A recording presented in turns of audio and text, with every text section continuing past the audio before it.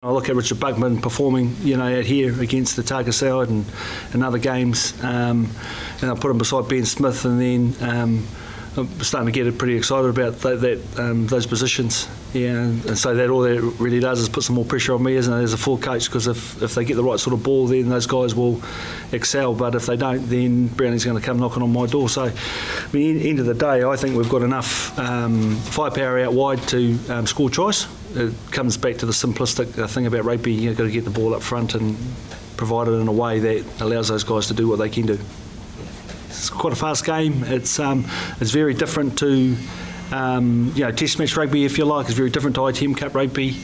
We know that half of our games are going to be under the house, so we know we have to play a certain way to win games of football. And where possible, we've selected accordingly. But sometimes there's another 4 teams that are preventing you to do that. You had a chance to look at some of the other teams, and who's the one to beat? Yeah, I think.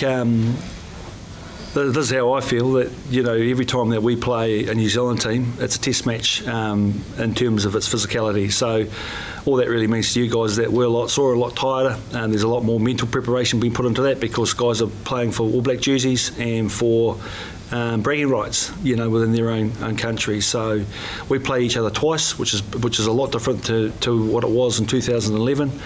So effectively, that's a bloody tough competition, and I think if you ask any of the New Zealand-based franchise coaches, that's what the answers they'll give you. I'm only interested in the next game. So our first game was against the Blues, and then we play the Chiefs after that. Both games against the Chiefs last year were cliffhangers. I mean, if you saw the match out here, it was a game that went either way. The match up in Waikato was a similar game. So they must-win games for us, but after that we have a bye, would be my point, and we get an opportunity to have a breather.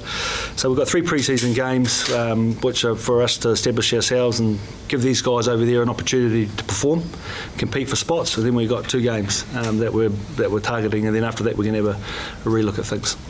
Elliot Dixon was a bit of a stand at the end last season. Is you looking at moving him to the Flames, or?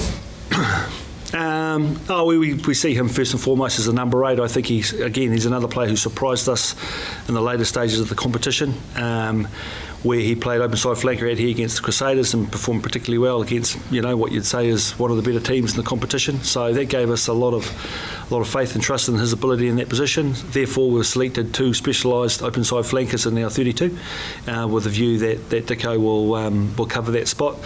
I think he sees himself as a number 8 and a bloody good one. So, I think we've got a really good. We've got we've selected different loose forwards this year compared to previous years.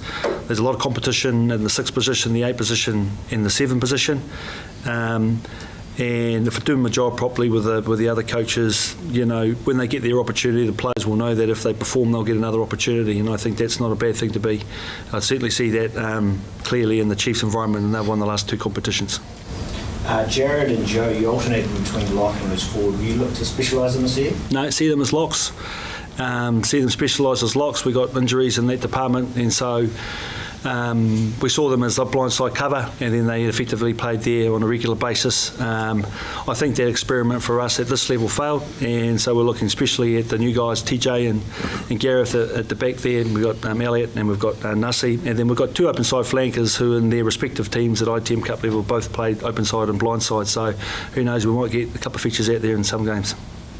And I think from a management point of view, when pressure came on, we need the aid of another coach to help us so we can get really specific for the players' needs, hence Brownie's inclusion for the team. I think you blokes, your expectation around what's on paper and what's not on puts a lot of pressure on players, and I think that's what we all have to learn, including the players. And I think in some instances we didn't control that very well. And then I think lastly, we're affected a lot by early confidence and injuries. So a lot of injuries, I won't go on about guys, but you take key players, Ellison out for the first 10 rounds, Nasi out for the season. It only sounds like 2 players, but 2 key players mean a lot to a team, and a team with limited experience in those same positions. So that would be probably the big learnings to help us. Can you see any parallels between you guys last year and the Blues this next year? Yeah, well, one parallel I saw with the Blues is that they did bloody well at the start of the season and lost 7 in a row at the end, but everyone forgot that. So, So like for us, and what my point there is that they had that spirit, they had that trust, they'd actually built a lot with their culture in the pre-season, which then led on to some really good performance at the start of the year. But because they have a young team, they got tired, didn't they? And then they dropped away towards the end, and that's sort of for us. The parallel for that is 2011, 2012, where we did exactly the same, and we surprised a few people, and we won some games, and then the dial turned, and then there was an expectation about us getting in the playoffs rather than just being a bunch of rugby guys going out there to win games of rugby and proving people wrong. And I think that's what happened to the Blues. But a big challenge for them now is that they've done what we've done, haven't they? They've come back and they've bolstered their ranks with superstars, Nonu and Woodcock and Benji Marshall and others. So it feels like they've got our jersey on and we've got theirs on, so it's not a bad thing. Talked to both of those guys about that. I think one's clearly in the forwards and one in the backs. They will need structures and help us so they can actually lead in the way that they are as players. They're different types of leaders to Jamie and Hori, so we've identified that.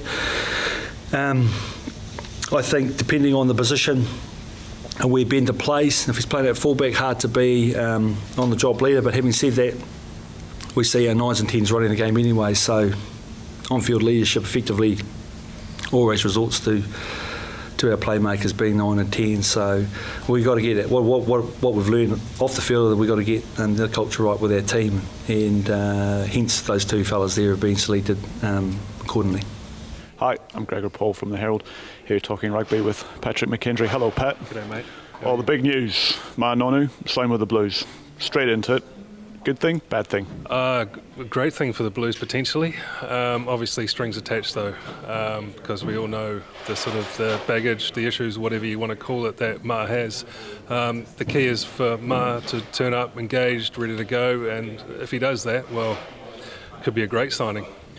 It is an if, I guess, because he hasn't done this. His track record's not terribly good. I guess a couple of bridges to jump to get this to happen. First is JK himself needs to have reconciled his differences with Ma'a, and then I guess they have to make sure that the rest of the team is on board with this as well. Is that how you see it playing out? Yeah, I think obviously they need to address it early on. Between themselves, obviously, and also with the team, in front of the team, in that environment. And it could be a good thing for JK. It's going to make him look like the bigger man, taking a guy back who reneged on a deal last year. The issue is can he sustain it throughout when issues might or might not appear during the season. What do you think?